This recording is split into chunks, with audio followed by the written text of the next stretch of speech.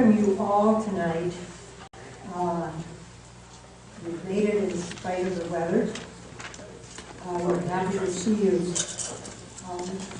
This particular province of Notre Dame, the Chardon province, is happy to host this event tonight. As a province, we have taken a public stance on issues of water, and so we support any efforts that lead to a clearer understanding of what a valuable resource this is. Before I turn this over to the League of Women Voters, who are the real organizers and energy behind this evening, let me just mention that there's a water fountain just outside the doors in the back, and the restrooms are straight out through the double doors into your right. So we hope you feel at home, and now I'll turn the meeting over to the League of Women Voters.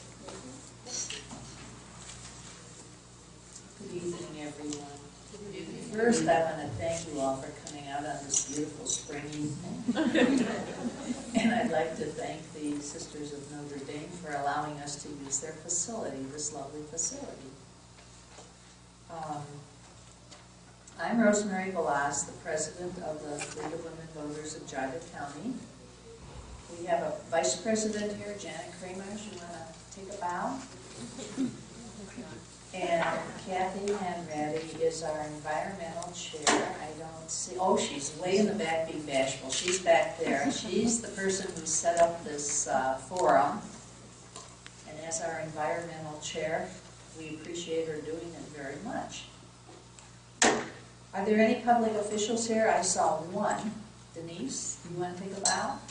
Where's Denise? There she is. Our clerk of courts, Geauga County clerk of courts, and she works hard, I know, because I keep tabs on her. And Todd Ray, Munson Township. A Munson Township Oh, okay. trustee. Todd Ray from Munson Township, right? Yeah. Oh, and no, Chuck isn't anymore. He's a retired Bainbridge Township trustee. Who else is here that's a public official? Where? Oh, Edward, pardon me. Oh, Ed Kaminsky, Hamden Township trustee, and his wife Denise. Different, what, county level, township level. The purpose of the League of Women Voters of Geauga County is to promote political responsibility, to inform and active participation of citizens in government. That's what we promote, and that's what you are doing tonight, for which we thank you. We hold a free speech forum once a year. It's based on the Cleveland City Club, if you know what that is. Only they do them every week, and sometimes 2 and 3 times a week during election time. But we do one a year in the winter, and if you're interested in others, the library usually does one in the fall, but I think they did one this year. Every now and then we skip, and in the spring the Bar Association does one for Law Day. And they usually are advertised in the paper if you're interested. Oh, they've been very interesting programs over the years. So I recommend them to everybody if you want to participate in public forums and local government and whatever. Ours this evening is about shale development. I called it fracking, and Kathy said it's really shale development. I learned right there.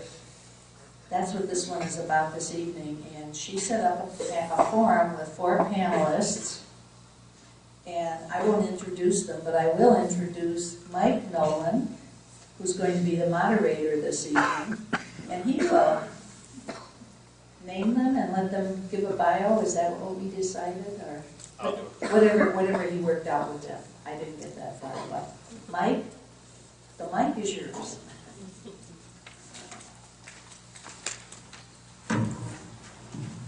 Well, thank you all. Tonight we have 4 panelists. The format's going to be, we have a set of questions that each of the panelists have gotten in advance. We're going to give them 3 minutes to answer the question, and we're just going to start to my immediate left with William Kinney, and then each question we're going to rotate one further down the line to start the questions. I will do the bios here real quick, and if I get something wrong, please, I'm sure you'll tell me. But I've got this in order only as it was presented to me. This is in no matter of favor or alphabetical or anything. First is Kari Matsko. In 2007, Kari Matsko initiated the oil and gas grassroots movement in Ohio, formerly known as the Northeastern Ohio Gas Accountability Project, NEOGAP. Over the years, she succeeded in improving sections of Ohio's oil and gas laws, was appointed to the rulemaking work group by the ODNR director, and was also chosen as a review member for Ohio's 2011 hydraulic fracturing analysis report by Stronger Incorporated, which is the state review of Ohio natural gas laws and environmental regulations. She partnered with MIT and Harvard Law School on projects to assist people in Ohio in dealing with this growing industry. Kari currently serves in various advisory roles for several state and national nonprofit projects. Next, to my immediate left, we have William Kinney. William Kinney is president of Summit Petroleum Incorporated, Twinsburg, Ohio. Mr. Kinney is a 1976 graduate, industrial engineer grad from Kent State University. He is a past president of the Ohio Oil and Gas Association, board member of the Independent Petroleum Producers of America, board member of the Ohio Geological Society, and a member of the Society of Petroleum Engineers. As a regional oil and gas producer, Mr. Kinney has drilled over 1,000 wells in Ohio, New York, and Pennsylvania. He is currently an active Utica shale operator, joint venturing with five wells since October of last year. His primary joint venture partner is Reserve Energy Incorporated of Chagrin Falls, who along with Mr. Kinney has leased and developed over 440,000 acres in the Utica Point Pleasant area. On my far left is Keeney. Thank you, sorry about that. He gave me an easy bio here, 3 lines. He is the director of Orphan Well Management for the Ohio Department of Natural Resources, Kent State University grad also, 30 plus years in the well field related experience in the private sector, and currently serving with ODNR for about a year. And then third to my left, Al Rosenfield. Dr. Rosenfield is a retired metallurgist. During his career, he specialized on strength of steels used in energy applications, super tankers, gas pipelines, nuclear reactors, etc.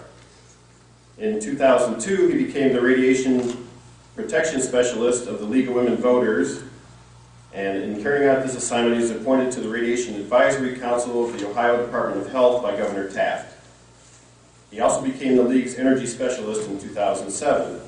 More recently, he has testified before the Ohio Legislative Committees on energy policy and on gas and oil extraction, fracking.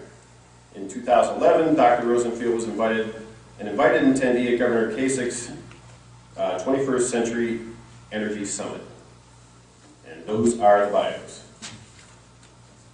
I guess we will get started here.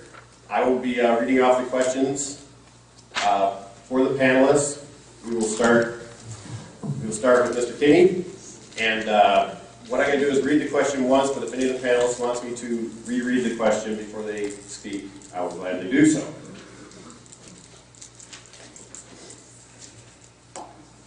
Our first question. Mike, before you start, I'm going to give them a 30-second warning, and then when the 3 minutes are up, I will do this. So sort of glance up every now and then. Do all the panelists understand that? You have 3 minutes, and there will be a little warning, 30 seconds. and then it will be time out. All right, first question. Please explain the main difference between traditional gas exploration and production and the unconventional shale gas exploration and production. Mr. Kinney?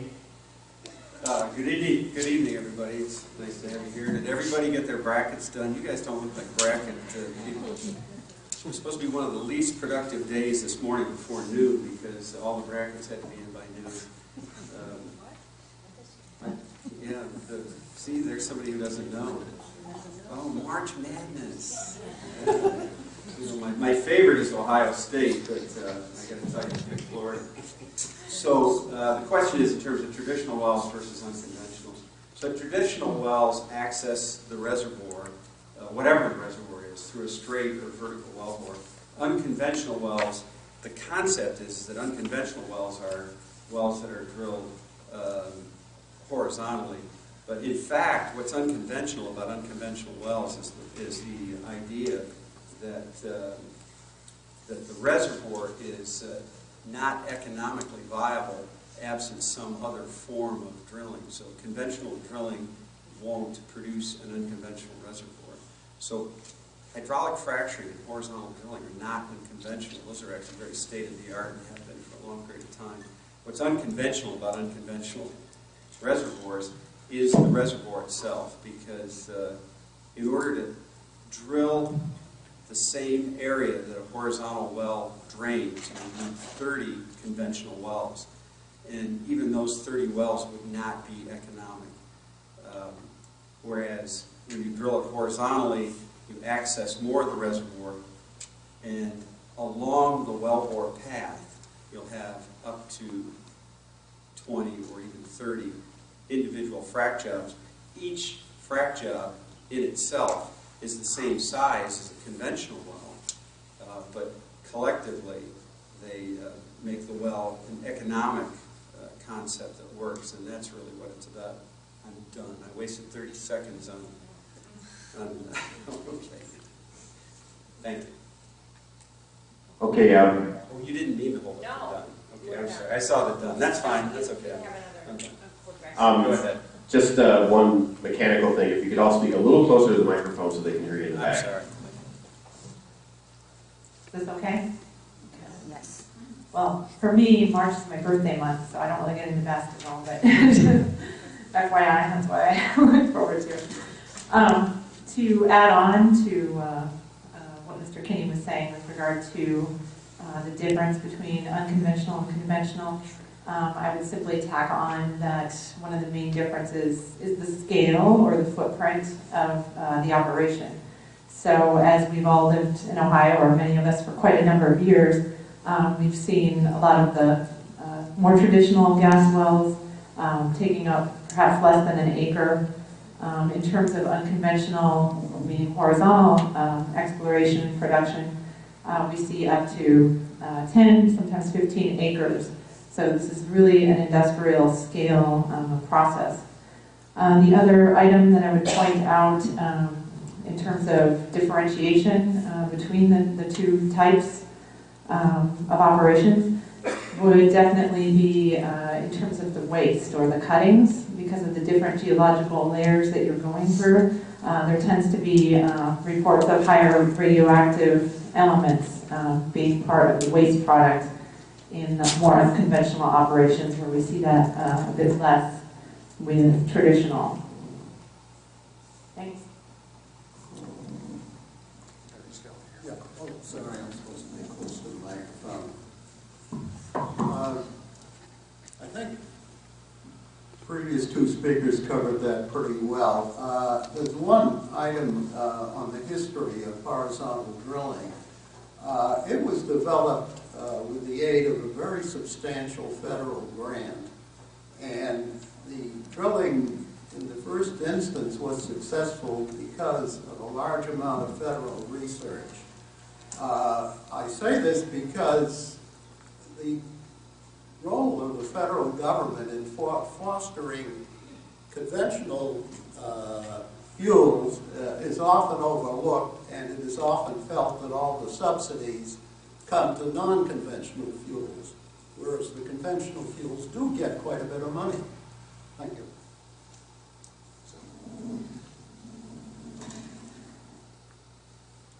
Pretty much Bill touched on most of the highlights there. In a conventional well, you're just going down, drilling a vertical hole and fracking a small zone, whereas with the Utica shale, you're drilling down and you're covering a lot more area. With that, you have, as Kerry said, a larger pad. The largest one I've seen is about 7 acres. You're looking at more stringent casing programs because they run additional strings to bend and then the leg of the casing. And the cementing programs are a lot larger. And the fracking, as Bill said, you're fracking a shale zone versus us, like around here, the Clinton sandstone. The formation's different. Requires a different type of more, what's the word I'm looking for here, Bill, for fracking the shale. A little more higher rate frac, and it's just going to be a larger scale all around, but the basic drilling and the fracking procedures are the same. They haven't really changed. So that's about it. Okay, second question, and we'll start with Ms. Matsko with this. Many environmentalists are asking how many billions of gallons of water can be completely removed from the water cycle, as in fracking, without impacting water needed for all their uses.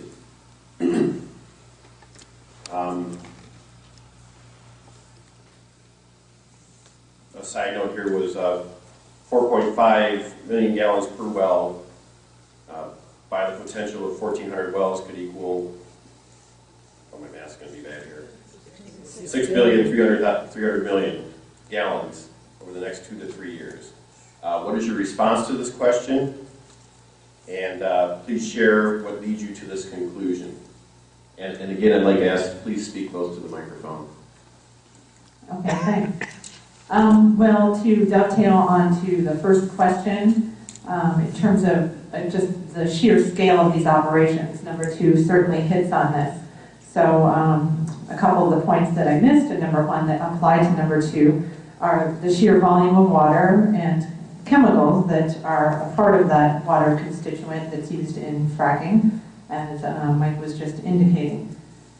So a good example of the sheer amount of water that this is that 5.5 million gallons is as much water as a family of 4 people will use in 50 years. So that's a lot of water. And the point that I would like to make about it is that, and I'm sure some of the other panelists can comment on this, the big problem right now in the industry, or something that we're looking for resolution on, is the fact that once this water is used for a fracking process, because of the total dissolved solids or the salts that come out as a waste product in produced water after the operation is complete, along with some of the chemicals that are used in the process, makes it difficult, if not impossible, to recycle. And that is water that cannot then be put back into the cycle for consumption, as we see today with many other processes where we don't take water permanently out of the water cycle. So it is of great concern in terms of times of drought, for example, like last summer, and I know that this has raised issue even in Texas, being a drier state, not having access to a lot of fresh water like we do here on the Great Lakes. And again, other panelists can weigh in, but I was pretty sure that I had read that T. Boone Pickens in Texas has purchased a ton of the water and the water rights for some of these reasons. Thank you.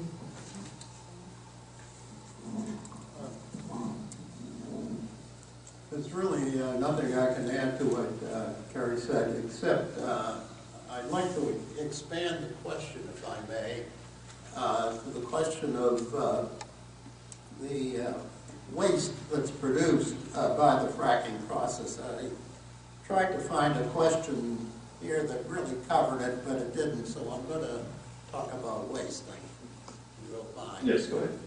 And I'm going to talk about one form of waste, namely the radioactive material that's thrown up in the fracking process.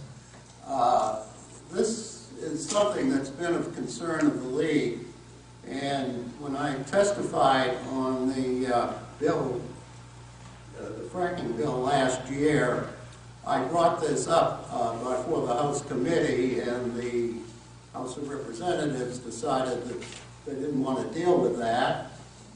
So we wrote a letter to the federal government, Nuclear Regulatory Commission. They said, well, the state has to deal with that. So looked like we weren't getting anywhere, and then I was delighted to find that Governor Kasich in his budget has instituted 2 sections dealing with regulation of fracking waste. And I think this is something that needs to be done, and I think you folks will do a good job at it.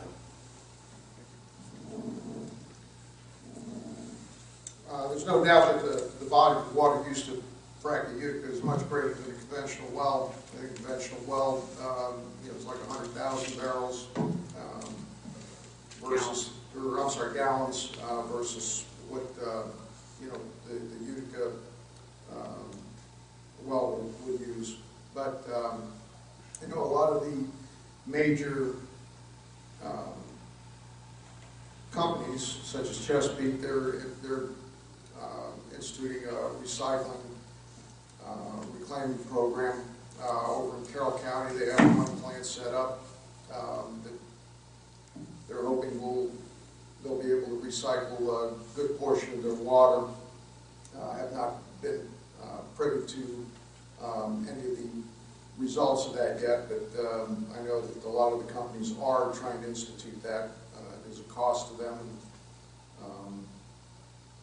They're also looking at other methods of fracking in order to minimize the use of water, but it's a concern for everybody. Okay, I'm going to move the mic closer. What I like about these things is they give you a chance to be more introspective, and I realized that I have 2 different socks on. Any of you ever made that mistake? The bulk of the water used locally in fracking comes from high-volume streams and creeks that flow large enough that the loss as a result of fracturing that's taken for hydraulic fracturing is actually incidental. In Ohio in 1984, there were 6,000 wells drilled, each with a 100,000-gallon frac job. So Ohio has experienced this type of water usage before and not eventful. Ohio has 15 flood control districts within the state, so the issue here really is too much water, not enough. But I want to make another point. This is going to be a hard concept, so run with me just for a second on this. These wells online are going to produce about 2 billion cubic feet of natural gas in their first year. So let's just look at that volume. And I slept through most of my chemistry, but the great thing about methane, which is what we're talking about here, natural gas, CH4, when it combines with oxygen, O2, you end up with 2 byproducts, carbon dioxide and water. But you get 1 carbon molecule and 2 water molecules. So if we do a molar balance equation, we end up with 34 and 43 respectively. So quantifying that, in the first year of production, a gas well is going to, assuming that natural gas is going to be burned in commercial use or residential, it's going to yield somewhere around 7 million gallons of water. Over its lifetime, it's going to produce close to 30 million gallons of water as water vapor, so it regains the cycle. Apart from that, the issues of recycling certainly are being addressed by the industry because not all parts of the country enjoy the kind of water abundance that we have. So, for instance, in Pennsylvania, Range Resources is using almost exclusively all of their recycled water. There's one other thing I want to touch on, though, that was from the previous question. We're drilling through the identical formations on the way to the Utica that I drilled in conventional wells. And norms and T-norms, which are the radioactive things that are being discussed here, have been tested many times, and I know they will bear the weight of scrutiny again. This is not a part of the country that has issues with high radioactive output in wastewater. There are places that do. This is not one. Okay, thank you. We just did our first 3-minute comment. I do want to thank everybody for keeping on time here. Question 4, this will go to Ms. Matsko first. Current Ohio law says that the surface location of a new gas well may be no closer than 150 feet from an existing inhabited structure and no closer than 50 feet from a stream, river, watercourse, pond, lake, or any other body of water. Do you think that these setbacks are adequate? And please explain why or why not.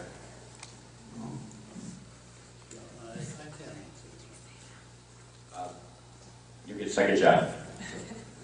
I'm sorry. I apologize. I was off on my list. Al, you are up next. Thank you. I'm very sorry.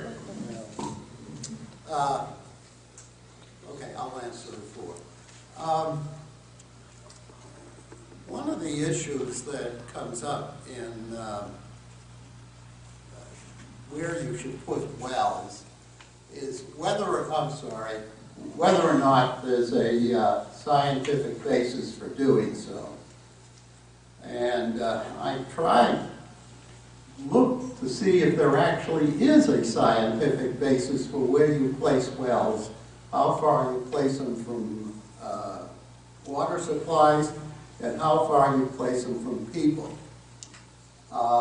Unfortunately for the producers, there are only 2 papers I could find in the scientific literature, and one says 1,000 feet from water supplies, and the other says a half mile from people. Well, that ain't going to happen.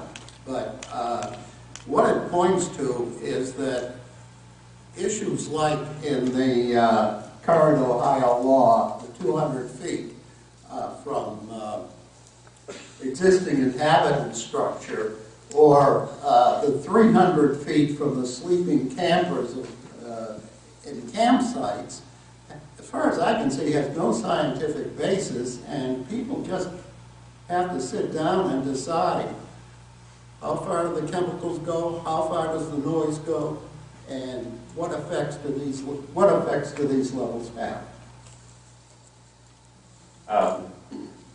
Just as a point of order, I missed question 3. I apologize. So we'll continue with question 4, then we'll go back to 3.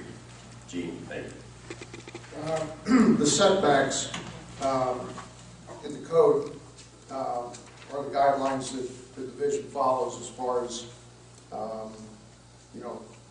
how we set up or what we allow as far as the placement of the wells. The unit pads are larger in order to accommodate multiple wells drilled on each site, but they're also better engineered and constructed than conventional wells used to be. The equipment used to drill and complete the well are not permanent fixtures. A lot of folks, they think that they're going to be there forever, and they're not. The Utica well takes, depending on how deep, how big the leg, horizontal leg is, 15 to 20 days. I think they're knocking some off over in Carroll County. And it is a 24/7 job. It always has been, always will be. But there's a lot of precautions that are taken, steps taken to minimize disturbance to the public. A lot of them are equipped with electric generators that run the rig. They're equipped with hospital-grade mufflers. In most instances, if they're around the residents, they'll be equipped. The area will be equipped with sound barriers. Safety precautions, abound on these new Utica sites. The blowout preventers, the multiple string of casing, the way that the strings are cemented, the completion of the well, the fracking can take several weeks, depending on the length of the horizontal leg, the number of stages. It too requires a lot of equipment. It is noisy. There are exhaust fumes from the equipment. But once the well is in production, there's usually minimal activity after the well's completed. So it's like a truck stop. You go to a truck stop, there's trucks sitting there idling. And, this is a short-term project in the grand scheme of things, and, you know, it's just the way it is. So that's all I have. Bill. Thank you. First, I'd like to say that the setback requirements are not arbitrary. They're based on 50 years of regulated oil and gas drilling in Ohio, more than 50 years. And of course, there have been there are over 60,000 producing wells in Ohio. There have been over 250,000 wells drilled. So the distances are based on actual experience, not anything beyond that. Something I would like to talk about, though, is although these wells appear to be significantly different, they actually are not. The reservoir they're producing out of, for instance, the Utica Shale, is in fact shallower than some of the conventional wells that are drilled. So the pressure gradient, the depth to pressure in the well, is about 0.32, which is what all of the conventional reservoirs are in the area. Therefore, these wells are rocking up to pressures that are essentially the same as the conventional wells that are at a similar depth. And my point being that they look bigger, and they certainly are a bigger operation, but they essentially are not any different in terms of what the well is. The well operator is also a component in this, and they're pragmatic about what they do and where they do it. It's a much bigger operation in many ways. There's no doubt about it. So I have to say, I haven't seen anyone exercise the kind of spacing to facilities that's addressed in the regulation. Whether they could or not, of course they certainly could.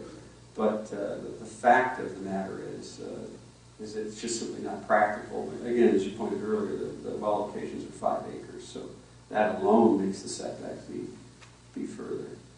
But oftentimes, the clearest building, closest building to the well is the homeowner that the well's being drilled in.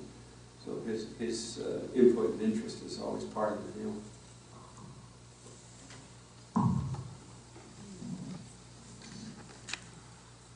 So 2 points to address in this question, because it was asking about the setback from water sources as well as the setback from inhabited structures.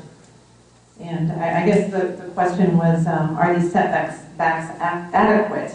And with regard to water sources, I'd have to disagree that 50 feet is not an adequate setback. Simply spills and things of this nature can certainly go more than 50 feet. So if you do have a waterway or a water course, the greater the setback, the more protected the area is, of course. Looking just at our neighbor state here, Pennsylvania, requires 1,000-foot setbacks from waterways. So if Ohio is 50 feet, Pennsylvania is 1,000 feet. I really don't think that that's one of the items we could point to in terms of saying that we have some of the toughest environmental regulations in that regard. With regard to inhabited structures, speaking as I am for citizens' rights from around Ohio, typically the complaint that we hear or that we get, to add on to what Mr. Kinney was saying, is situations wherein a landowner does elect to have an exploration and production facility on their property, whether it be conventional or unconventional, and they don't want it very close to their house. So a lot of times that's the complaint we'll get, that someone placed it very far away from their own home on their property and put it as close as they could to their neighbors. And so, as you can imagine, that brings up some questions about rights in terms of that kind of a situation. Comparatively, talking about the setback from an inhabited structure being a mandate at the state level, as opposed to having that occur through the way it used to be prior to 2004 in Ohio, which would be local authorities and the public having a say-so via zoning in terms of where these are located, especially when we're talking about non-conventional industrial-sized operation. I'd like to compare Ohio to Texas in that regard. Cities in Texas still to this day have the ability for the people or the local officials to determine how close is appropriate for this kind of a facility to be to inhabited structures. And what we're seeing mostly in Texas, again, instead of 150 feet or 100 feet, we're seeing most cities mandate 600 or 1,000 feet. Yes, sir. I don't think anyone has mentioned, there is testing of water, some feet, 1,500 feet from wells 15, yeah, that's before they're drilled. right, So there is some control there. yes. Okay, thank you. Okay, again, we're going back to question 3. Shale gas production has been called a bridge to the future. Please expound on this and explain why or why not shale gas will bridge our energy needs. And I believe this now goes to Gene. The wet gas produced from the Utica Shale. I'm sorry. The wet gas produced from the Utica Shale is rich in a lot of the components used in the chemical industry. A lot of the butanes, propanes, ethanes, and of course methane. It's highly sought after, and it's driving a lot of the construction of the fractionation facilities throughout Ohio. I think there's 3 going in, one up towards Youngstown, one down by Scioto, Ohio, and I believe one down by Caddis, or maybe closer down to West Virginia. But I mean, this is huge for a lot of the areas that they're going into. A lot of these places have been really depressed, and this is bringing a lot of work. I don't know if any of you have been to Carroll County. A few years ago, I could drive through Carroll County and not even look when I was pulling out of any of the gas stations there, just pull on the street. I was there about 5 months ago. Took me about 20 minutes to get out on Main Drag. The car dealerships were about going out of business. Now they're flourishing there. The housing market has really jumped, and it just seems to be a good thing for that area. They're also producing, the Utica wells, as Bill said, very high volumes of natural gas, which hopefully industry will embrace and start using natural gas for power, and it will hopefully offer the residents of Ohio a source of clean, dependable energy. Al's going to like this one. So that the concept of a bridge to the future comes from writings by an author named Robert Bryce in a book called Power Hungry. He was the first one that really entertained it. And in it, he advances the idea of natural gas, and this is some time ago, before shale drilling was currently abundant. But even then, he determined that it was abundant and essentially easily assimilated into the U.S. energy portfolio, and that's particularly why he liked natural gas. But in the future, his consensus is, and I don't disagree with him, is that electric generation is going to have to come from nuclear energy. So he termed, along with Bridge to the Future, the end-to-end concept of natural gas into nuclear. And because uranium is the only energy source that we know of right now that has a 100-year supply. I know people like to talk about wind and solar, and I see there's a panel back here, and I will also qualify this that I own a wind turbine development company. You'd have to cover most of the continental United States with solar panels and wind turbines to generate the volume of electricity that we need now. So there's a lot of parts to what natural gas brings in terms of being a bridge to the future, but conceptually it could carry us for the next 50 years as a reliable, stable energy source, as well as an economic tool. And that's no small thing. What made America great was the development of our natural resources and the wealth that the economy generated as a result of that. The idea that we could become a net exporter of energy is just simply mind-boggling, but a reality that we face. And in fact, that's how true wealth is built and was historically built in this country, and I believe it's where we're headed.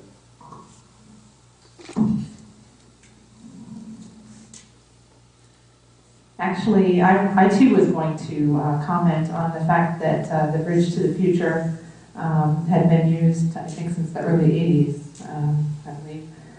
And my comment on this, and I know Al will be able to expound much more, but from what I understand, heavily focused on natural gas, whether it be unconventional, being the topic of today, or shale, or regular natural gas, had to be focused on that 20 years ago when it was first introduced. That may have more closely fit the bill to being a bridge to the future during that time frame.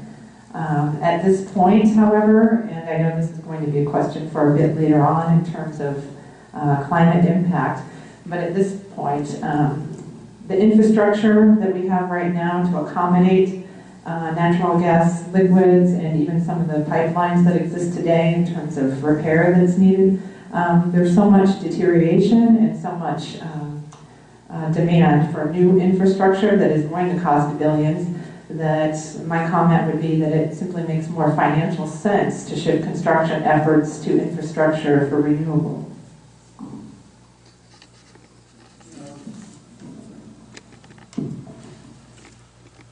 I'm not very good at predicting the future. My hope for the future is we will be using fuels that do not pollute the atmosphere, and two that don't are sun and wind. There's a lot been said about a competition between gas and renewables, but if you look at the electric power industry, all of these three are increasing substantially. You may think of natural gas as a bridge to the future, and I guess the original concept was said was that we'll use it up, and by the time we use it up, something else will be available. In reality, the two renewables we have now have been just increasing very strongly. There are a lot of political inhibitions to their further increase, but it's just a parallel process. Nuclear has priced itself out of the market right now, and although it has the one admirable feature, it does not produce greenhouse gases, it's just too costly right now. So the vision of a nuclear future has to be delayed sometime, if ever.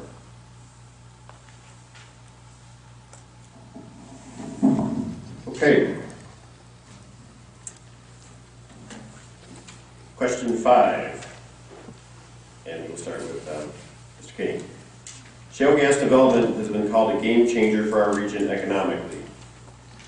Based on your experience, do you think that the environmental risks acknowledged by industry, such as the risks of spills, parts failures, gas leaks, and other accidents, are balanced by the economic benefit to the region? Please share with us what leads you to this conclusion. I certainly believe that the risks are balanced by the benefits. Obviously I'm in the industry, so I must believe so. But in fact, I do, based on my own experience. And the companies drilling and producing the wells are more aware of the risks than anyone else. I have to say that all of the issues and concerns that people are bringing up tonight and have brought up in the past have at least with the companies I've been associated with, have been addressed and recognized. We're no more interested in taking unwarranted risk as an industry or as a group than you all are in your work. We take it just as seriously. And in my case, I own my own company. There is no corporate shield. It's privately held, so the risk I take is my own. So I'm very aware of it. And at the same time, I realize that I'm creating something that I think has a positive impact on not just Ohio, but on the country. Thank you.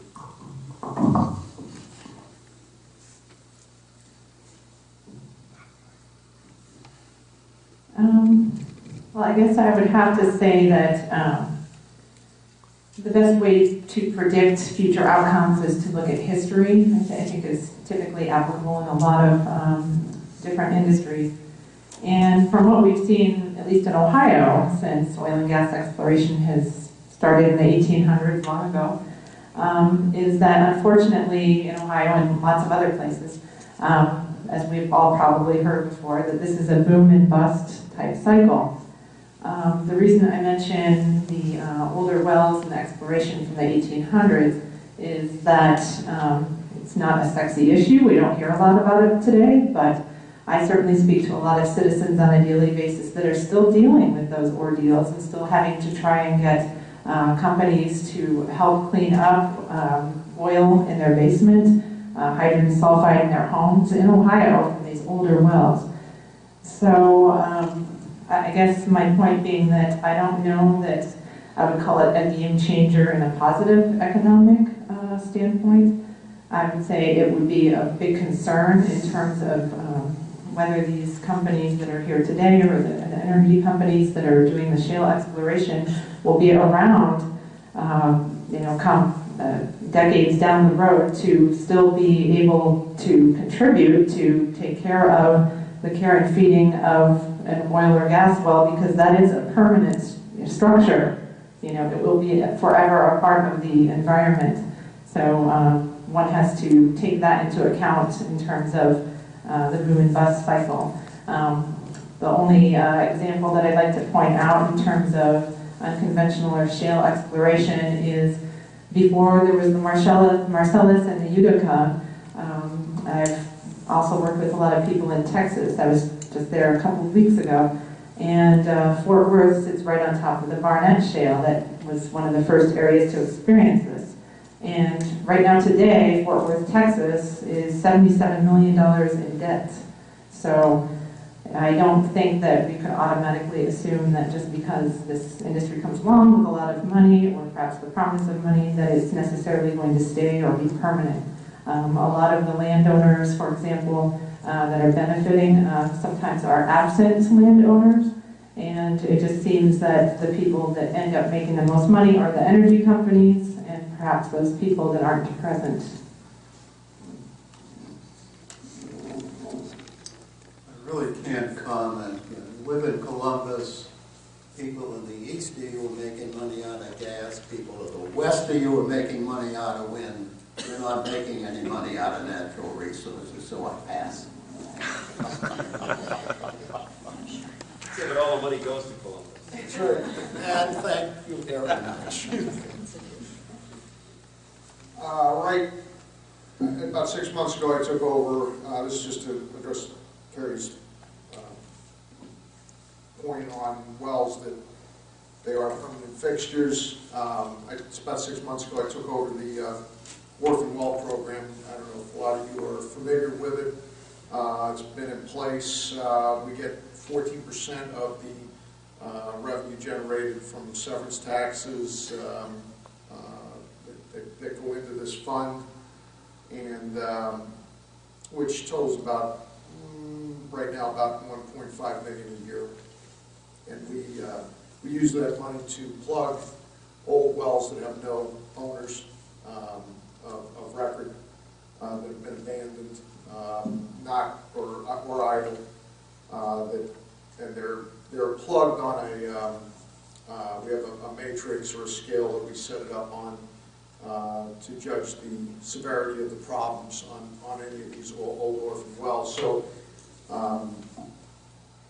There is a method of handling these older wells. We're doing some programs over in northwest Ohio, in the old Trenton field over there.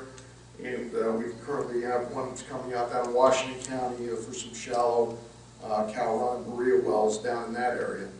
But there is a method of handling that. It's not a timely process, but it's still an adequate process to get these wells plugged that have been sitting there idle.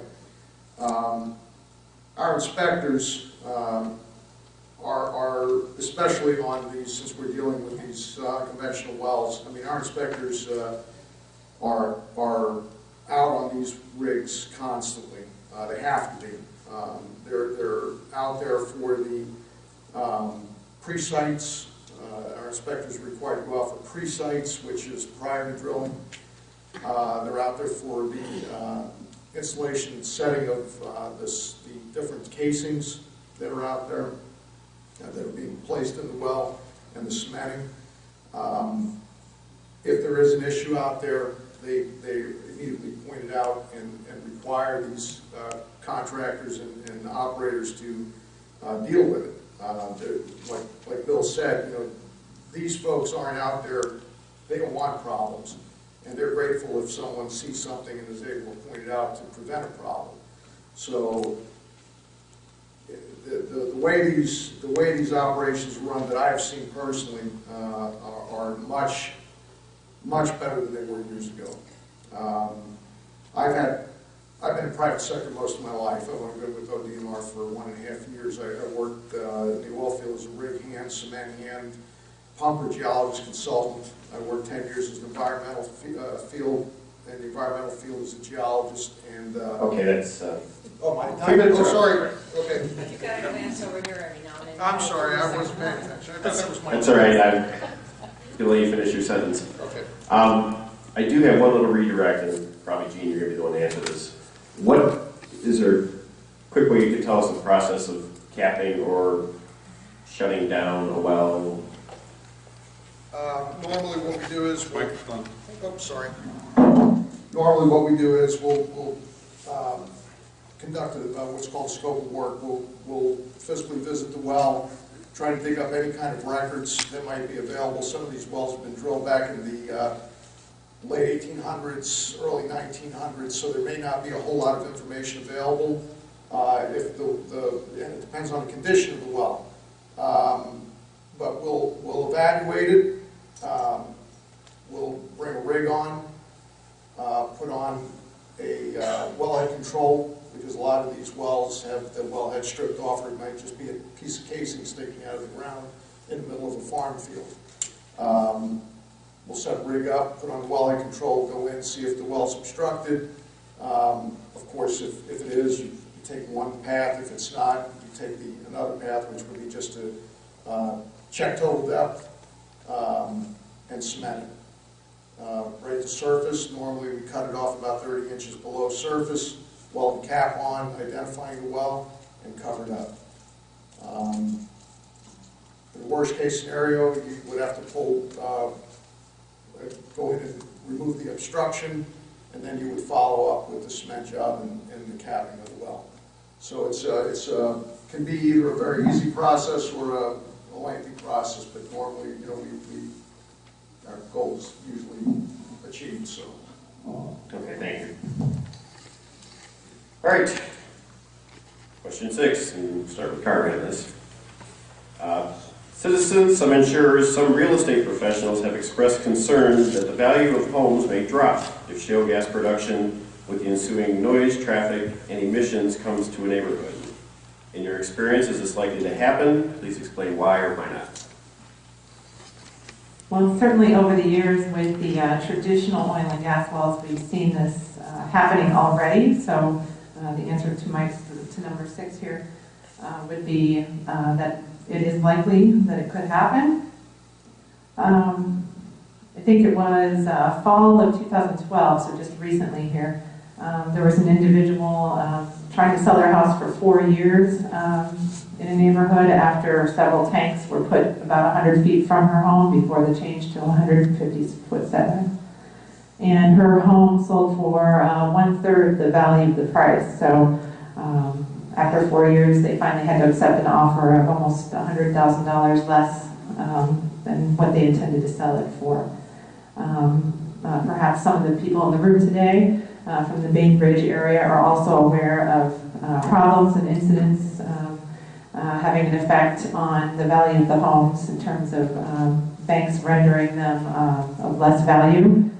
I've also spoken to some people in Broadview Heights, Ohio, who have legally or officially had their tax value dropped on their homes because of the exploration nearby. In addition, I don't recall the report, maybe someone else on the panel does, but recently a report out of Pennsylvania in terms of Washington County. A report was done stating that with regard to shale or unconventional oil and gas exploration, that homes or landowners that did pursue having the drilling operation on their property, those homes that had water wells were marked down in value typically. And the ones that did not have a water well on their property did not lose value. I'm afraid this is one I can't say anything about. I was born and raised in New York City, so I don't think there's any chance of anything happening down there. I lived in a brownstone. There's no place to put a well down there. But up here, I've lived in Ohio since the 70s. I've lived pretty much both homes that I've owned. I've been in semi-rural areas. I've seen a lot of allotments developed, and then shortly afterwards, malls, churches, gas stations, commercial industrial complexes built nearby. Roadways were widened, the airports expanded. I lived up by Canton, they're expanding the Canton Airport. Never seen a drop in real estate prices up there. Where I lived before, where I live now, I both have oil and gas wells within 500 foot of my house. Sold my house during the peak, made money on it. I had water well there, never had an issue. I have water well where I live now, never had an issue. In fact, what a lot of people don't realize is that we have laws in place that restrict how far we can drill a well from a house. But there are no laws as to how far you can build a house from a well. In my allotment, they built 75 foot from a gas well. 2 sides. House is $320,000. One guy draws free gas off the well. He's happier than a pig in a poke. And my experience, and I'm just talking from my experience, is that I haven't seen an oil or gas well affect property values. If you go out to Carroll County right now, whether they be absentee or residents, try to buy a piece of acreage out there. You won't find any.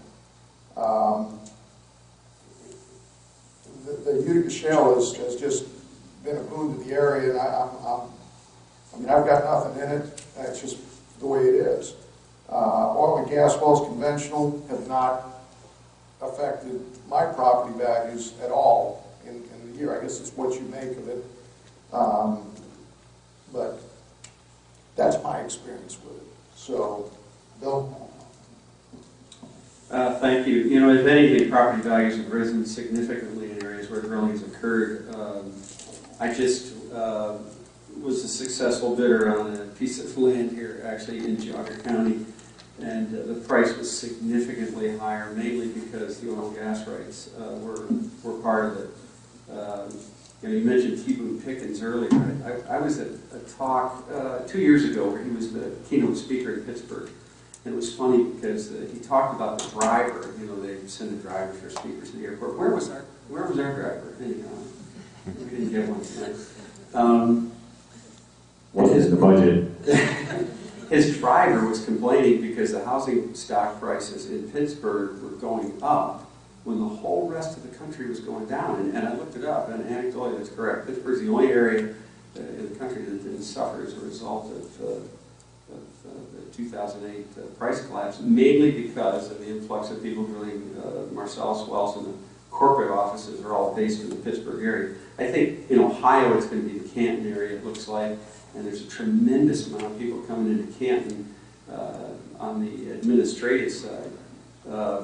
For me, as far as traditional wells, I know you mentioned before, I have a lot of them, as I mentioned, which can be a blessing and a curse. I will tell you that when a homeowner that I have sells their property, the number one thing that the people buying the property want to know is what they have to do to maintain their free gas. It is a perquisite as far as they're concerned. It's the value of the home. It's untaxed income. I shouldn't say that out loud. And they know it and appreciate it. And it's significant. And a lot of my homeowners now are older folks. It needs to be reliable for them. You know, we try to ensure that.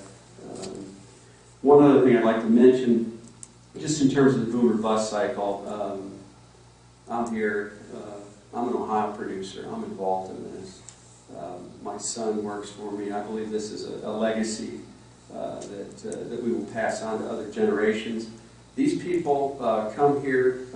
They may be from Texas or Oklahoma, West Virginia, Pennsylvania, but they move here. They pay taxes here. Their kids start going to these schools. They become a part of the community. That's how we grow. And that's what Ohio needs. I mean, really, that is what Ohio needs. There's been $4 billion that's been spent in eastern Ohio just in lease bonuses. And, you know, I can give you a lot of anecdotal stories, but I will tell you that a great many of the people that we've been involved with that have gotten significant lease bonuses, it's been a life-changing event for them. I don't know how Fort Worth got into debt, though.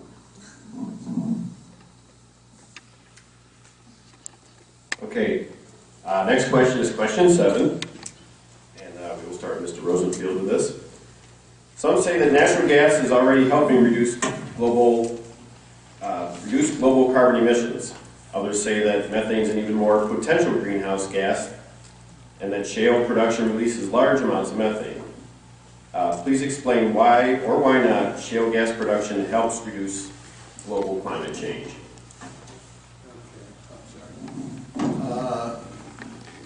The comment that shale gas is a more severe greenhouse gas is correct. There are really two parts of this question. One is, where are you going to use the gas? And it's unequivocal that if you use gas to make electricity rather than using coal, you produce much less greenhouse gas. The evidence isn't quite as clear if you use natural gas instead of gasoline in an automobile. It appears that natural gas is better against greenhouse gases than ethanol, but all the evidence isn't in. The other part of the question is the production. Does the production of natural gas release so much greenhouse gases into the atmosphere that on average it's not a good idea? Well, there's been a couple of hopeful developments in this area. On March 7th, there was a report of an agreement in Illinois between environmentalists and production companies on a set of ground rules for producing gas, natural gas. This morning, in the Columbus Dispatch, there was an announcement of an even bigger deal between, I believe it's 2 major drilling companies and 3 or 4 environmental groups. They're going to set up a standard practice for drilling. They claim it will be more rigorous than state regulations. The companies involved Says the project will cover Pennsylvania, West Virginia, Ohio, and New York, which isn't doing any drilling, so that doesn't matter. But if this development pans out, the idea is to set up essentially a good housekeeping institute for gas wells and give once the seal of approval. If it pans out, I think it'd be a great idea.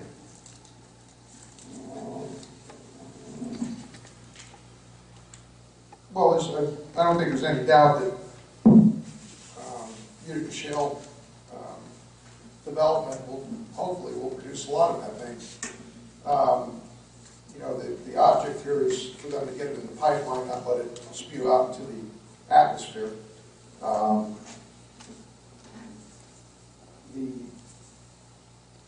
The way, and we touched upon this earlier, the way, you know, the rigs, the programs, the production facilities are constructed. I mean, these things are meant to get the gas from the well into the pipeline. Once it's in the pipeline, I mean, natural gas, I pulled an article from the California Center of Sustainable Energy, which states that, you know, the compressed natural gas vehicles generate fewer exhausted greenhouse gas emissions than their gasoline or diesel powered counterparts. It reduces carbon monoxide by 70%, non-methane organic gas by 9%, oxides of nitrogen or NOx by 87%. I think that if we can get natural gas set up to where the public can buy it, I think you'll see a larger scale use of compressed natural gas vehicles. I think Honda's already come out with a vehicle, Civic, that's natural gas powered. I think it's a great thing. You know, methane is a natural substance. It's found, you know, if you have farms, you know, you're producing methane as we speak. Anything that decays produces methane. So it's an organic substance. It's present not just out of the Utica or out of conventional wells. It's around us everywhere. So, you know, you have to be aware of that, and you have to look at what these wells will produce and what they can do to help clean the air if we use it. Well, I'll just pick up on that. There have been studies, Carnegie Mellon, a European Union study. All of them seem to point towards, you know, the burning of natural gas in place of other fossil fuels has reduced carbon levels, CO2. I'm not really completely sold on the anthropomorphic portion of climate change. I told somebody a story today. In 1342, the heads of the European nations got together because a lot of people were dying from the bubonic plague. They thought that the cause was spices that were coming in. And then the suggestion that it was from foreigners that were moving into Western Europe. And finally, after a lot of study, they realized it was actually from fleas that were biting people, and that the fleas were actually spreading the bubonic plague. So their response was, they killed all the dogs in Europe. And what happened was the incidence of bubonic plague tripled because the dogs were the only thing that were killing the rats, and the rats were the ones that actually had the fleas. So here's my point. I'm not as convinced. I mean, we're talking about climate change. Let's talk about climate change for a second. I'm not convinced that CO2 is really the issue here. I can get into the chemistry of it, but let's not think hard about that. Here, I'll give you the anecdotal example that I like to use. Antarctica is net not losing ice, yet the Arctic region clearly is. And I was in Alaska this summer. There isn't any part of that that I'm arguing, okay? But the polar regions to the north are downstream from Russia and China, who unfettered burn coal without control. All of you have seen what happens, when you get brown stuff from the road on the snow, it melts quickly, and that's exactly what's happening. It's particulate that's the real issue. It really is, has been, particularly in terms of the type of change that we point at and call that climate change, because if we just look at raw temperature, the claim doesn't hold up. Particulate control is something that is very doable and has been, and in this country, we have addressed very successfully.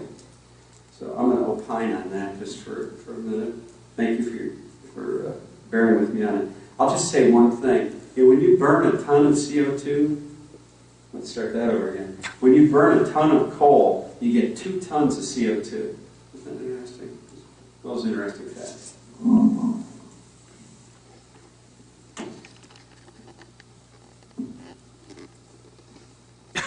So to add on to what someone was saying earlier, I think the previous 2 speakers on methane, touching on methane being natural gas.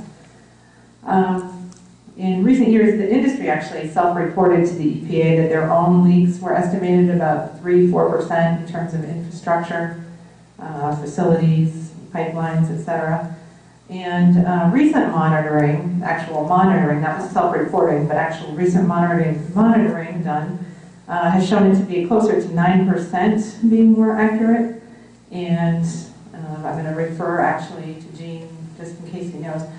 In terms of Ohio, gathering lines, those aren't regulated, are they? Offhand? The gathering lines, everything off-site is regulated by PCO. Do you know gathering lines? Gathering lines are regulated by the Oh, yeah, I'm sorry, I misunderstood. Oh, sorry. From the gas wells. I'm thinking, yeah, I'm sorry. So the gathering lines from the gas wells, I was double checking because we do have lots of reports around Ohio in terms of complaints on gathering lines because they're holes and they're cracked and they're leaking all around, and when they call and make complaints, no one comes out to fix them, and what they're told is that those don't actually necessarily need to be fixed. So unless the energy company is actually really concerned about that leakage, they're not getting fixed. The last thing I'll point out in this regard is that recently a study from MIT suggested that cheap natural gas could actually lead to higher greenhouse gas emissions in the U.S. by 2050 and this is a policy area, so if it stunts the growth of renewables or renewable energy. So basically it all comes back to our policies, and I know recently with Senate Bill 315, was it? And I think perhaps some other bills recently introduced in Ohio, there were attempts made to recapture methane or be better about the leakage to prevent that. And I think that would be a win for the industry too, because then you're saving more of your product, right? Can I just make one statement? Keep it brief. I'll keep it very brief. No, I just for, sorry. If there is anyone that you know of that has an issue like that, I mean, and I was supervisor for the North and South region for inspectors. If there is anything that you have, and they're not getting any satisfaction, or they're not getting their lines fixed, because I pride myself on pretty much having our inspectors out there. I mean, if there is a call and there is a leak, they are normally out there right away. So if you know of anybody that's having issues and they're not, you have them give me a call. Okay, we're getting on the quarter after 8 here. We do want to have time for questions from you all. So I'm going to skip question 8. We're going to go to question 9 and see if we can get one after that. This one's going to go to Gene. It's question 9. So it's skipping one here. Some scientists have recommended the addition of trace markers to all fracking fluid for better long-term tracking of the frac fluid migration underground and after disposal. Do you believe this is a good idea? And please explain why or why not. Well, unfortunately, I can't speak much about the trace markers. I know that they've been doing tests to see, as far as the fractures themselves, through some geophysical methods, to determine the extent of the fractures in a Utica frac job.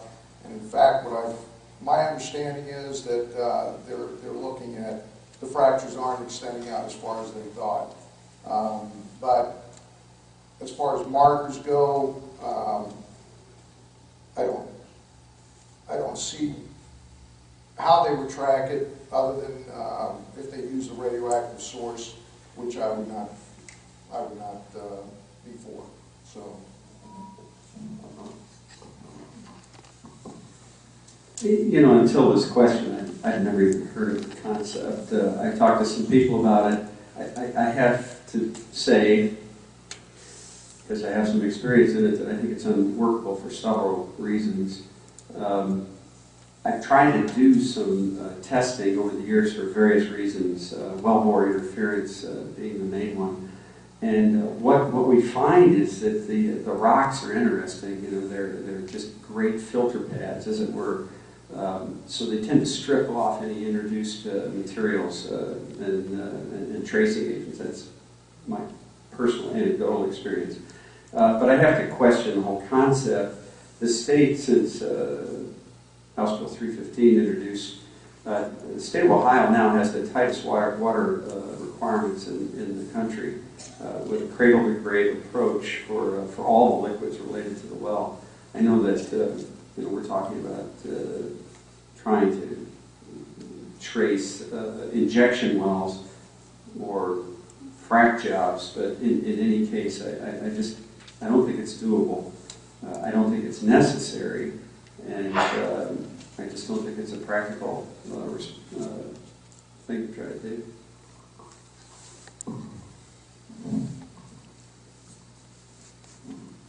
So I would agree in terms of the recommendation of adding trace markers, because a lot of the problems that you see or read about, whether in Ohio or across the United States, is in terms of determining causation for water wells having issues, problems with trace markers or some sort of additive put in the formula. If there's that unique fingerprint, if you will, that would be a determination that a company could test for example, in your water well if you thought it was ruined. And I think it would equally protect the company as well. So if they did think that they weren't at fault and it was some other issue, then it could equally disprove or eliminate them from being the cause of said problem.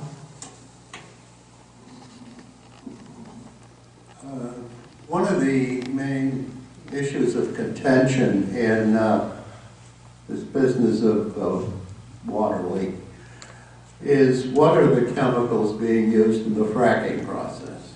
And whoever does these things got convinced the legislature that some of these chemicals' identity should be confidential. It isn't as bad a law as it could be because they took out of the park forbidding doctors to relate to other doctors what the chemicals this person has been exposed to that they're treating. I've got a son that's an engineer. I've got a nephew that's an engineer that's worked on the oil field, the oil rigs in the Gulf of Mexico. I put this question to them and they both gave me the same answer. There are no trade secrets in engineering. And the reason is engineering jobs are boom and bust. And if a guy calls you and says, what are you using in your well there, you don't answer. When that guy's out of a job, he's not going to get recommendations. So there's a telegraph line among engineers that reveal these things. There's a telegraph line that among doctors that reveal these things. There is no telegraph line that tells the patient what he's been exposed to. Okay, we are coming on 8:20. We definitely want to have time for questions from all of you out there. Do we want to do one more question to the panel? Yes? Okay. And start thinking out there, formulating your questions. I guess I'll state it right now. For questions, we're going to give you 1 minute to state your questions, so please be concise and to the point. And if you want to start formulating your questions now, we're going to do one more question to the panel. I am skipping to question 11. And this is going to go to Mr. Kinney. Some people living near shale gas wells in Pennsylvania, Colorado, Texas, and North Dakota have experienced disturbing health effects and reported negative impacts on livestock from fugitive emissions and frac fluid spills near well sites. Are toxic air emissions and health effects from spills something that the public should be concerned about from shale gas production in our region? Please explain why and why not, or why not. Well, I'm going to still go back to the same thing. You know, the people that are drilling these wells are out there as much as or more than anyone else, and are concerned about their own health, their own environment, the environment of their employees, and then certainly the community at large. And that's the foundation of it all. I mean, you either fundamentally trust what they're doing or you don't, and I understand why people wouldn't, I guess. We seem to be the industry everybody likes to hate, yet we depend on it so much. We're here, we're warm, we have lights, and I don't know, I'm not going to opine on that. All of the incidents that are run down are very, very seriously investigated by the state regulators that are involved, the inspectors in the state of Ohio or Texas or Pennsylvania, Colorado. And I've read all of these reports, and it amazes me that they still keep coming up again and again. That the most recent one down in the Newton Falls area, the natural gas that was in their well was there prior to drilling. You know, it came up in the previous question about people are interested in the safety and sanctity of their water wells. Well, so is the oil and gas operator, which is why they do pre-drilling screening. Historically, it wasn't required, and we did it as a matter of protection. And I would only do wells within, I think originally 100 feet of the property, and then we went to 300 feet. My point is that the pre-testing is both in the interest of the landowner and the driller, and all of them have borne out, to my experience, that the problems that were in the water wells existed. The number one source of contamination, and I've tested thousands of water wells, I'll tell you, the most common contaminant in water wells is from people's own septic systems, and it's stunning how many water wells I've tested that have found fecal coliform in them. High chlorides from road salt, and oftentimes problems that people have caused themselves, and then they're concerned that I'm going to release information on their water well. But the pre-screening is an important aspect of the drilling. I think it protects the water well operator, the oil and gas operator, as well as the water well owner.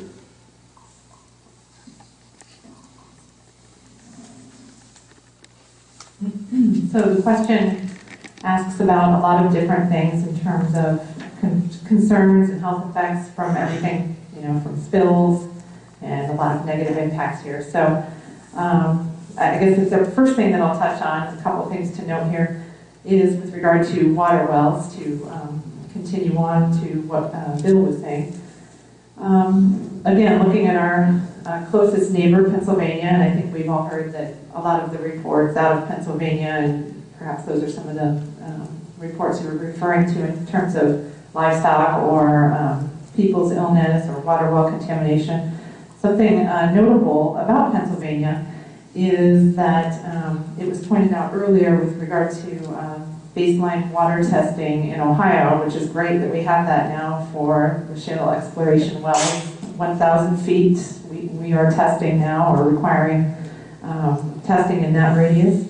But I think it's interesting that in Pennsylvania, you are not even allowed to drill within 1,000 feet of that water well. So it's actually the setback from the water well in terms of an unconventional shale well in Pennsylvania. What they require is 2,500 foot testing radius as compared to our only 1,000 feet. Now I won't complain too much because it was 0, like you said before.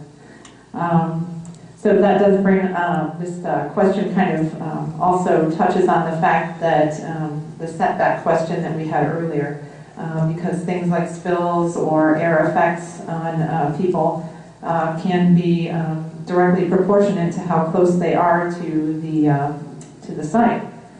So, for example, and I know we've had a couple of explosions recently in Ohio, and this actually is in agreement with something you said earlier in terms of the pressure being similar to some of the conventional wells in terms of the tanks and similar pressure in that regard.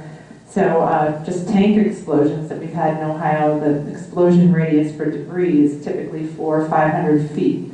So that's something to consider in terms of how close we're allowing these to be to inhabited dwellings or on school playgrounds and so forth. Some of the blowouts on with regard to air emissions, it's not always just methane. There are a lot of impurities that come along with natural gas in its raw form. Some of that can be hydrogen sulfide or other fumes that can make people have health reactions. So that is something certainly to be aware of, especially for at least air emissions. If you're within that 3,000 foot is what it typically is, the science that we've found in terms of being able to be effective. I'm going to change the subject.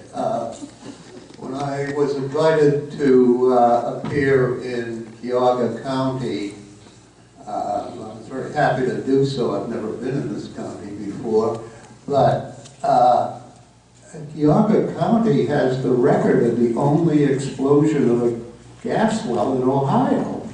And does anybody here have any personal experience of that gas well explosion? I do. Please. Well, we touched on it earlier, but only because I have wells in Bainbridge, I have wells all around where Ohio Valley drilled that well, and they had a bad cement job on the casing string. They failed to report it. They tried to go ahead with the well, knowing perfectly well that they had gas in the annulus of the well, and even after they knew that gas pressure was greater than they could hold in the casing, they kept it shut in. So there's nothing anyone can do about someone who willfully breaks the law, except for trying to put in more stringent regulations, which the industry did, and with the division came up with a reasonable guideline that the industry can follow, and stipulates the cementing program and the cement verification before you can go ahead with the completion. One other little aside about that. I actually had drilled a well on the family that I happen to know them, that were on English Drive. And the unfortunate thing is that their water well was inside the foundation of the house, which also was illegal. And there are some of those still here in northeastern Ohio. All of the shale in Ohio, the chagrin, which is right at the surface, all the way down, is capable of producing natural gas. So if you have a water well underneath your house, you have a gas well under your house. You just simply do. All of these shales that we drill to get to the freshwater aquifer that's anywhere from 80 to 200 feet here, contain natural gas. And as a result, oftentimes, so do the aquifers. And I have found that in our pre-site testing. There's a lot of water wells, especially in Geauga County. My brother's well, he lives on Sperry Road, we got him a filter to get the natural gas out of his water because his tap was bubbling. This was 35 years ago. Okay, time is up there, and I believe it was Mr. Rosenfield's time. Do you have any Oh, I'm sorry. further, I got or you yield the floor? I'll just say to Jane, I was very, Take up some. I was very impressed. I was very impressed by the ODNR report on the accident, and I think that was a very good discussion of it. I was happy to hear. Oh, sorry, it's still again. Touching back to one of the previous questions, the way these Utica well sites are constructed. I don't know if any of you have had an opportunity to see them. If you haven't, you should take a look at them if you can. The location itself is lined. Every piece of equipment on it is put on a permeable barrier, burned barrier. I know maybe one instance of a spill on site which was contained within the permeable barrier that the product was located on. So it was not there was a cleanup issue was reported, but it didn't affect anything. I'm sorry? Young son, What back understand? when he dumped the fracking fluid in the Well, that was Well, that was different. It is different. That is a little bit different. That was at a disposal facility, and they did that illegally, and they were caught. Our guys caught them. So, and they have been prosecuted. You know, anybody could do that. I mean, anybody could do that.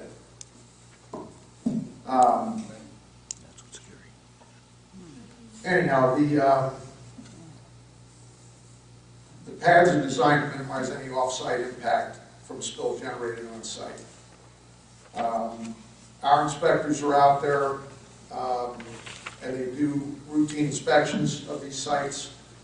They're required to do inspection reports, which are public record, and they're doing these inspections during and after the drilling and completions. So, you know, we're trying our best to monitor these things and make sure that there's no issues, and any issues are addressed rapidly. So, I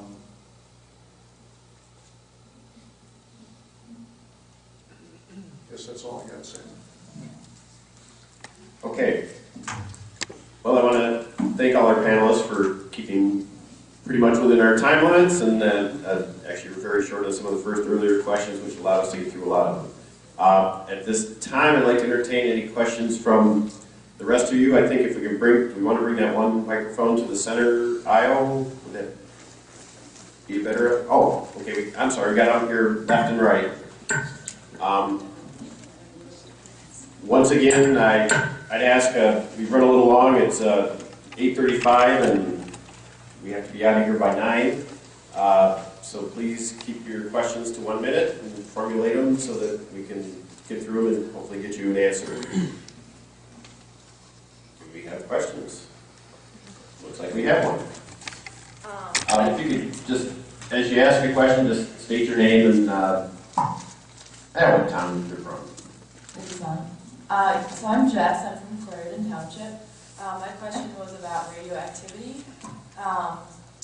Mr. Kinney, I think you mentioned that radioactivity wasn't an issue in Ohio because there just was not much radioactive coming up with the flow back to the produced water. But because we are accepting so much out-of-state fracking waste, what do you think? Like, what do you think is an acceptable level of radiation to be putting into injection wells, or just anything on the subject of not being concerned about radioactivity in the fracking waste?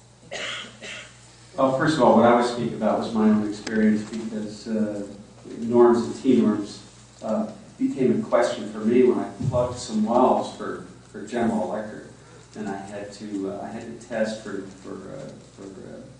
norms, naturally occurring radioactive materials, as part of my plugging procedure, because GE I said GM, GE was very particular about it.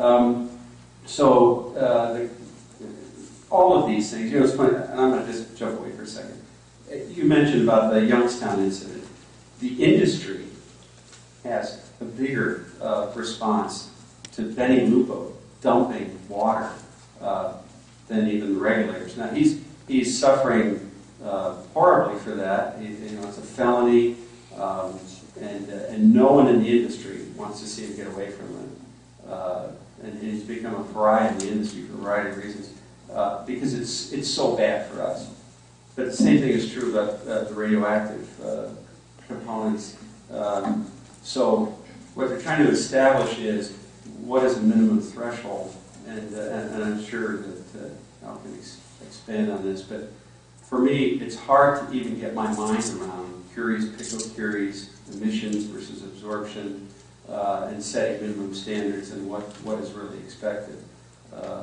So anecdotally, we tested Ohio-produced waters and found them to be particularly low, below the 5 nanocurie level. I think that's right. I don't want to be quoted on that.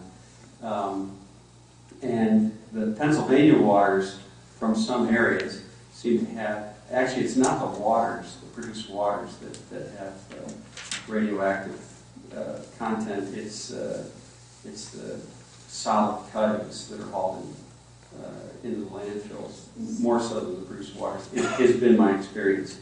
And the Ohio Oil and Gas Association has formed a UIC task force, Underground Injection Control, which is the regulatory agency that the state monitors through the Clean Water Act.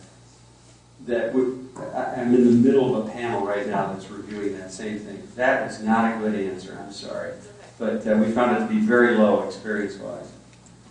Does anybody else from the panel want to address that question?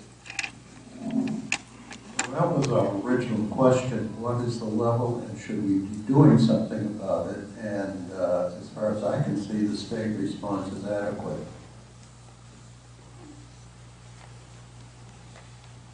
Anybody else in the panel want to talk to that? Do we have any other questions? I have a couple. Who are you? Rosemary from Geauga, from Chester Township. Is that on? Oh, sir. No, we can. I don't want to get too close. Use that one. Use that.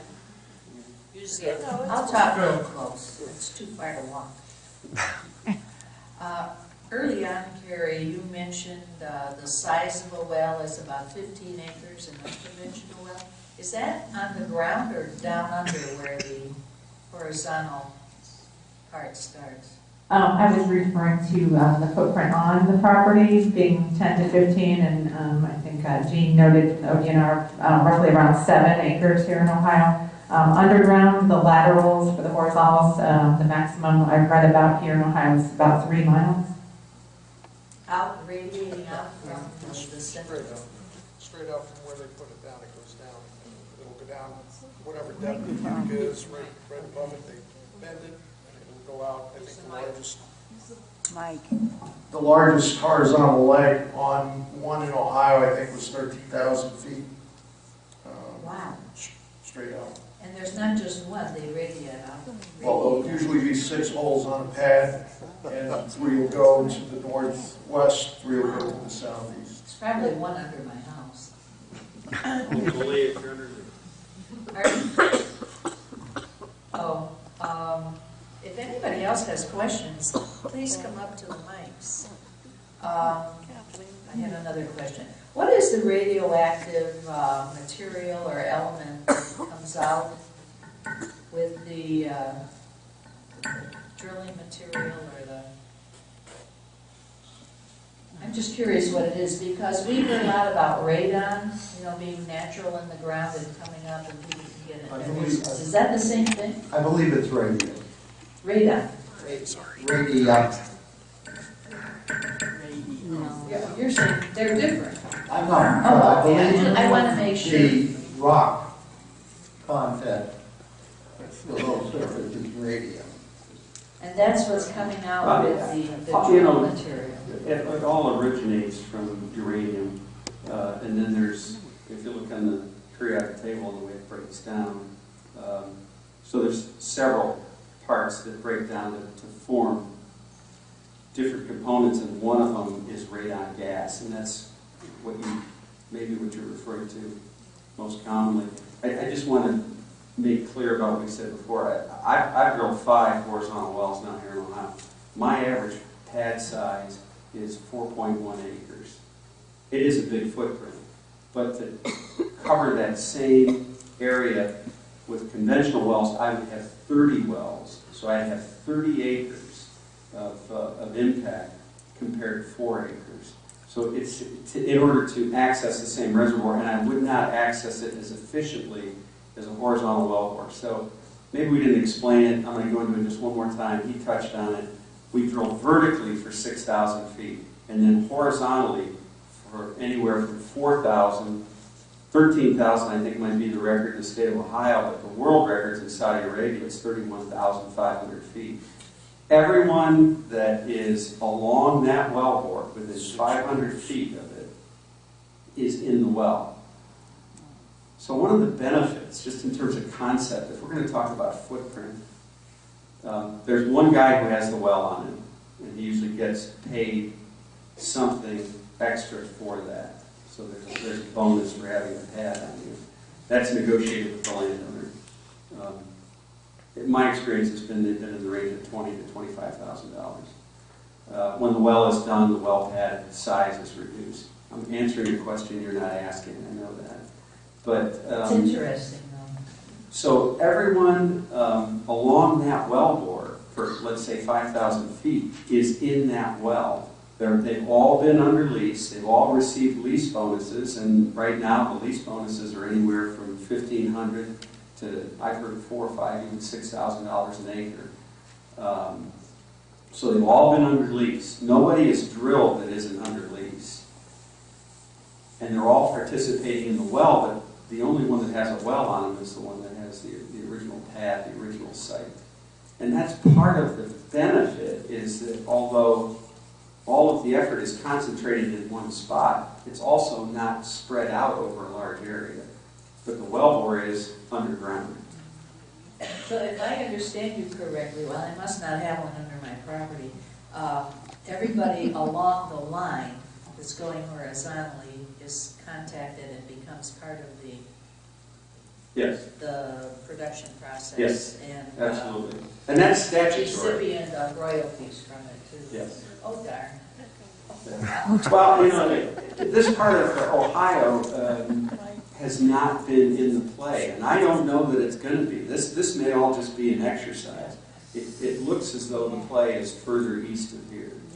It's getting more and more defined. The corridor's getting narrower and narrower about where it's working. Originally, it covered the whole eastern third of the state, and now it's getting to be a band that's about maybe 50, 60 miles wide, and it's going to get necked down from that before it's all done. One more quick question. What is the life of one of these things? Why don't you let the... Okay. I just wondered what the life was. 30 years. Okay, thank you. My name is Sister Betty Scanlon. I live here. We've had a little experience with wells. We do have a small well, regular well, oil well on the property. My question is largely concerned with inspection. The process of inspection sounds, very thorough. I wonder if you could comment on the number of inspectors per well in Ohio. Right now, there is, right now, we have in the areas that have more concentrated drilling, we have fairly soon we'll have what's called a floater that will be going out to assisting other inspectors, but one inspector per county. Per county? Yes. And so that may be quite a few wells. Yes.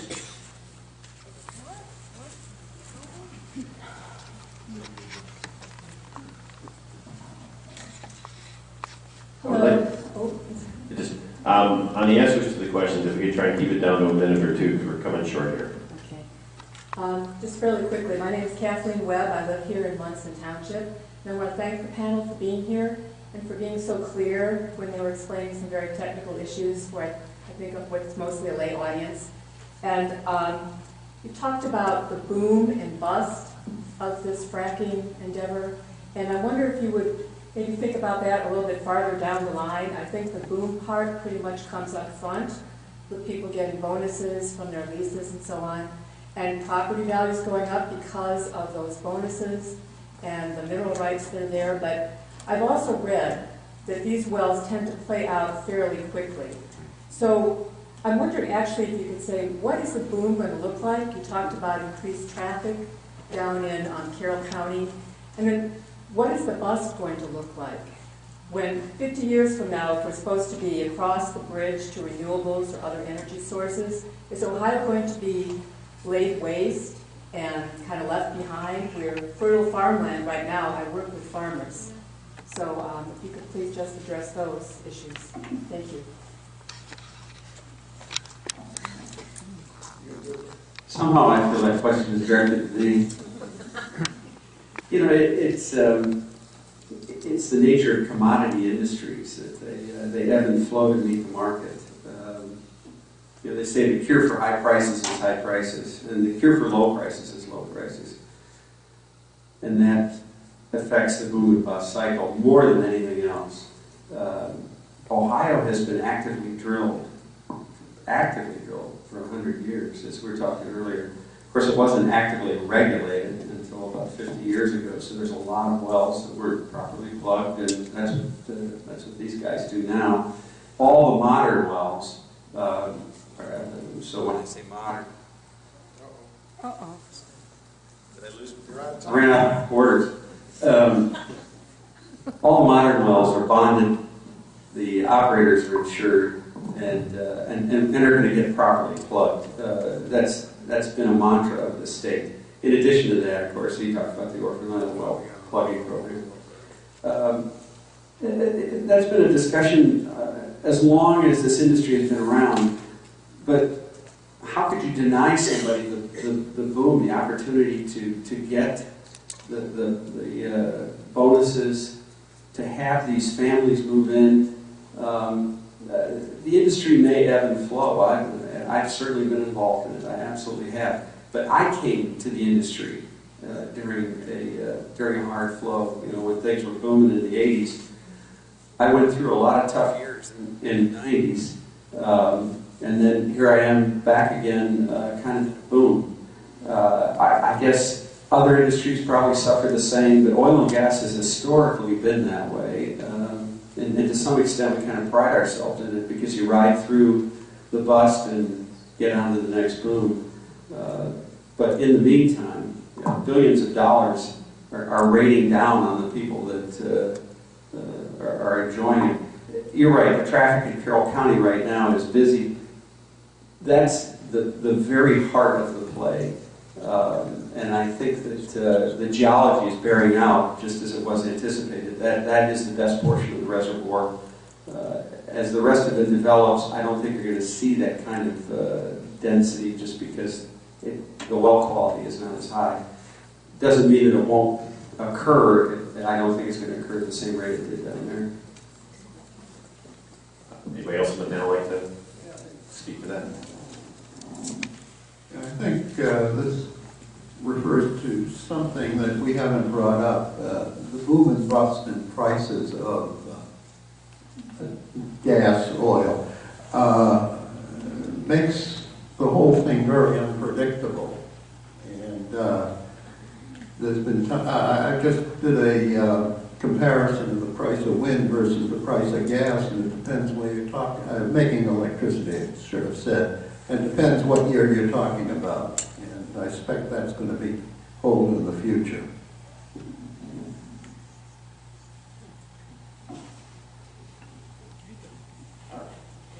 I didn't see who got up there first. Okay. So, if it were going to start occurring here in Lake and Geauga counties, what bodies of water would be tapped for the fracking process? Would it be Lake Erie? Would it be streams, ponds, Punderson? Who wants to take that first? I'll take a first stab and I'll pass it along. In other counties in Ohio, we've seen operators purchase large amounts of water from the municipality's water supply. And I'm sure from his personal experience, some of these other panelists can weigh in.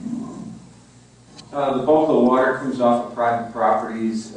Most of the time it's from high volume water that's flowing through the property, so it's a river or a stream.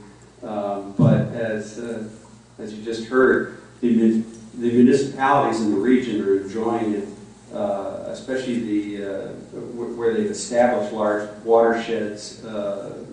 Most of them, as I said earlier, for flood control, it's an opportunity for them to make some money, and as a result, that in itself has become an industry.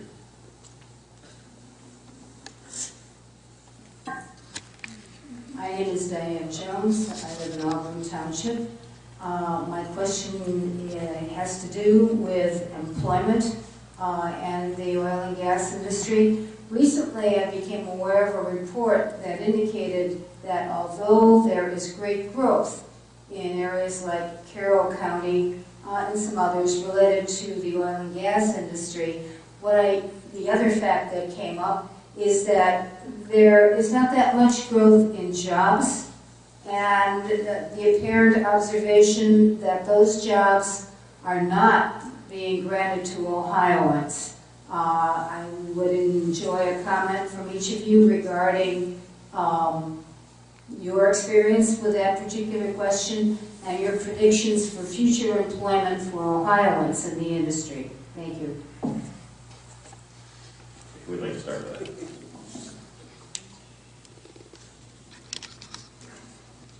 Let me try to formulate this. A lot of the work, unfortunately, as Bill said, this kind of is an ebb and flow type business. Unfortunately, back when it work tailed off in the mid-'80s, a lot of people left Ohio that were experienced oil and gas people. With this new boom, most of those people went out west to work, went where they could find work. A lot of people got out of the business totally. So fast forward to now with the Utica, and we're at a different level now of technology. It's kind of like that commercial where the baseball player's in buying medicine, and they're asking, why would you do your doctor's job? Would you want your doctor to do your job? And he's out there on the mound pitching the ball. You can't have people that are not highly qualified to do this type of work. So a lot of these companies depend on the areas where the experience is at to come in and do this. I think you're going to see a lot of Ohio jobs downstream in time when these people can be trained to do the work that's required around these sites more on a maintenance type level, or until we get people that are trained to be able to work on these rigs and safely. That's the critical point, is the safety issue with these. You need experienced people to do this type of work. And unfortunately, a lot of that experience tailed off in the 80s, and you know, we have to bring it back. Well, I'll just anecdotally touch on it. I had 12 employees, now I have 50.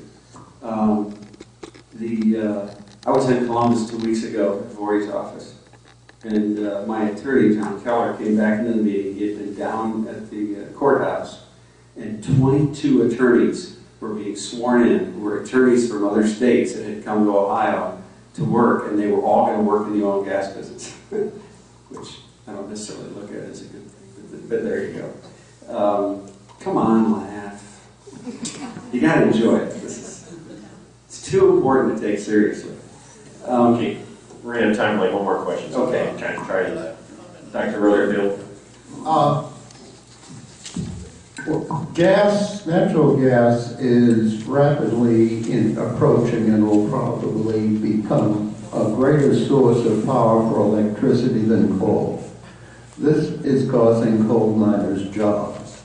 My hope is that new jobs being created in the natural gas industry will be able to absorb these miners who are skilled people and give them jobs. Anything else to the panel on that? Good evening, members. I'm Dave Trollout from Lake County. I have several quick questions that can be answered with yes or no. I would like to know, do you introduce radioactive coated sand to trace the signature of your wells in your fracking procedure? No. No. Do you use biocides in your fracking slurry? In the summertime. What is the medium that you carry the sand in? What raises the viscosity of the water to carry the sand? In some instances, we use guar gel. Most of the time, just the velocity of the water is enough to carry the sand. Okay, can you speak to the volume of the water that's going down into these wells? You said 100,000 gallons. That's 2,200 barrels? For a conventional well, yes. That doesn't seem like a lot of. Can you give a volume of poundage in sand that's going down there? Well, the 100,000 gallons was a conventional well. A Utica or a horizontal well is somewhere around 5 million gallons. So that's what we're it's talking the about. equivalent. Those are the wells we're talking about drilling. Yeah. I was just. Okay. And about 5 million pounds of sand goes in a Utica well. I put about 50,000 pounds of sand in a conventional well. Okay. And you do not trace these wells? No. Is there a state regulation against that? No, I mean, people have run tracers. I've run tracers, but only in instances where we want to see which perforations were open and which weren't. So we'll run a little bit of a radioactive tracer to try to find which ones are open, but in 1,000 wells, I've done it 2 times. Okay. How far down do you submit your casings? So we're talking about a Utica well? Yes. Only Utica. The first casing string is conductor. It's cemented at about 60 feet. The second casing string is surface. On a Utica well, that's cemented usually somewhere around 700 feet. The third casing string is intermediate, and that's at about 4,200 feet back to surface. The final casing string will be to TD, and of course that's 6,000 feet, but then 6,000 feet. And it's cemented back up into the previous casing string. So these are all cemented. This is cemented, the casing is cemented the entire depth of the well, you're saying? Yeah. Okay, Dave, except for the final casing string. We've got one more question, and that's got to be it. I apologize, but just go ahead. It's just bothering me. I really want to know what jobs are there and who are buying the houses. The people are coming with your, maybe in your case, because you're in our state and you hire your people right here. But the other, Chesapeake isn't from here. Who are the jobs? I mean, what jobs and who are buying the houses? Well, you know, you guys mentioned Youngstown. I spoke at the meeting down there when there was the earthquake, and it was funny. Afterwards, you always have the anecdotal 10 or 12 people that come up to ask you that one question. The number one question was, how could their son-in-law get a job who lived in Arizona so that their daughter could move back with their grandchildren? I mean, that was like the number one question I got from 15 people. And so it's a valid question. I have to say that we're hiring kids right out of college to fill positions. I've hired people from Texas here in Ohio. They're living in Kent, but now they're Ohio residents. They're paying taxes here in the state of Ohio. The fact that they moved here from Texas does not bother me. It's better for the tax base for all of us, You know, they're buying homes. Right, but that's you, I mean, I'm just saying, that's fine, and that's valid, but really, we have to think that the Chesapeake, we really aren't, Chesapeake isn't really bringing a lot of people in here to live. Oh, they do. Absolutely they do. And they're buying homes in Canton.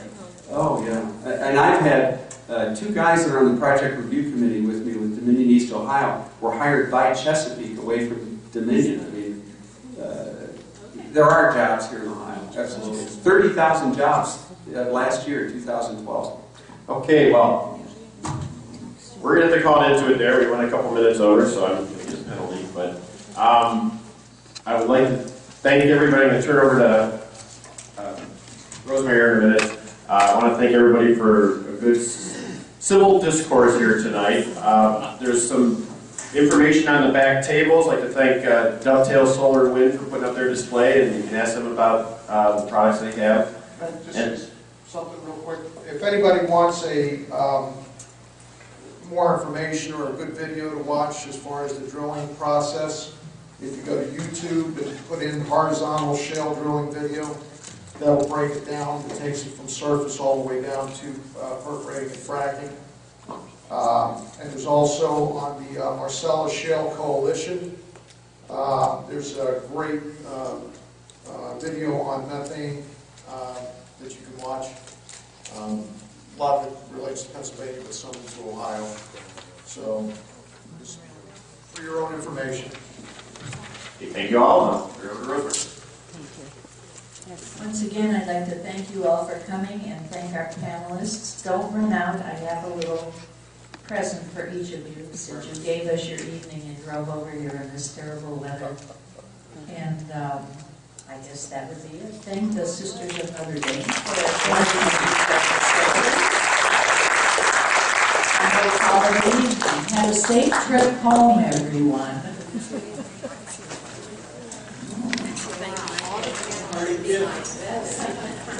I forgot to say, the little gift is Geauga maple syrup and pancake mix. Buyers Mel and Munson and Richards and Chardonnay.